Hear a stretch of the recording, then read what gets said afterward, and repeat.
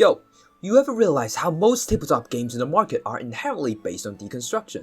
Look at Jenga, Pop-Up Pirate, and this penguin thing, and you can easily see what I'm talking about. They all have the same tried and true playstyle. And to offer a new experience to our consumers, we would like to present our brand new product, Tilt or Yield, where players compete in a various of ways by stacking blocks on top of one another. Now, why would our consumer need this? Simple. Our toy offers a playstyle that goes contrary to the norm of deconstructing, but instead focuses on construction, while also allowing for the creative mind to flourish under the competitive nature of our product.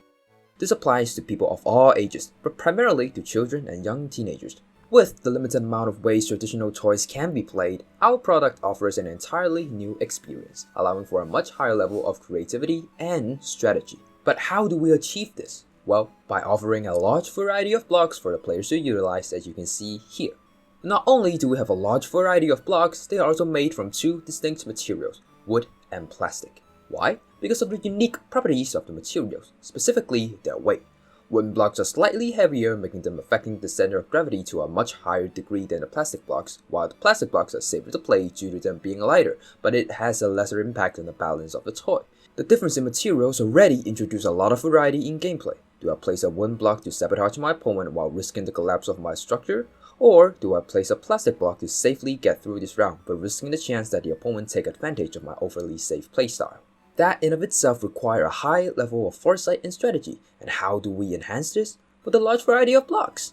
Adding onto the two materials, the blocks are all of different sizes, leading to higher creativity when using the blocks. Instead of just stacking squares on top of squares, you can be creative and possibly block off your opponent with a semicircle, or you can shut down the opponent's strategy by placing another block on top. But what are the rules of the toy? Well, we offer two distinct game modes, so let's start with the first one, Stacking Mode. In this mode, the goal is very simple. Simply stack the blocks as high as possible until the structure collapses. The loser will be the one who caused the structure to collapse. This game mode was designed with a younger audience in mind, but what about the older audience? This is where the second game mode comes in, Point Keeping Mode. In this mode, the game goes on for as long as needed until one player reaches a target score. And how does the scoring work? Each block are assigned a certain score value depending on how hard they are to balance, and to score fast, you must play risky. You can also intentionally knock the opponent's pieces off the stage, preventing them from getting ahead of you. All blocks knocked down will not be counted and cannot be used again. And that's the gist of the gameplay. And throughout development, we have faced a number of problems, the first one being how to make the game not as monotonous.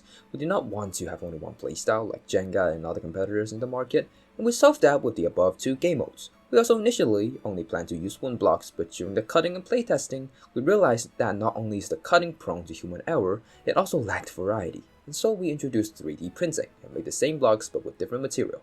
There are also other problems we faced, and we will get into them in the slides.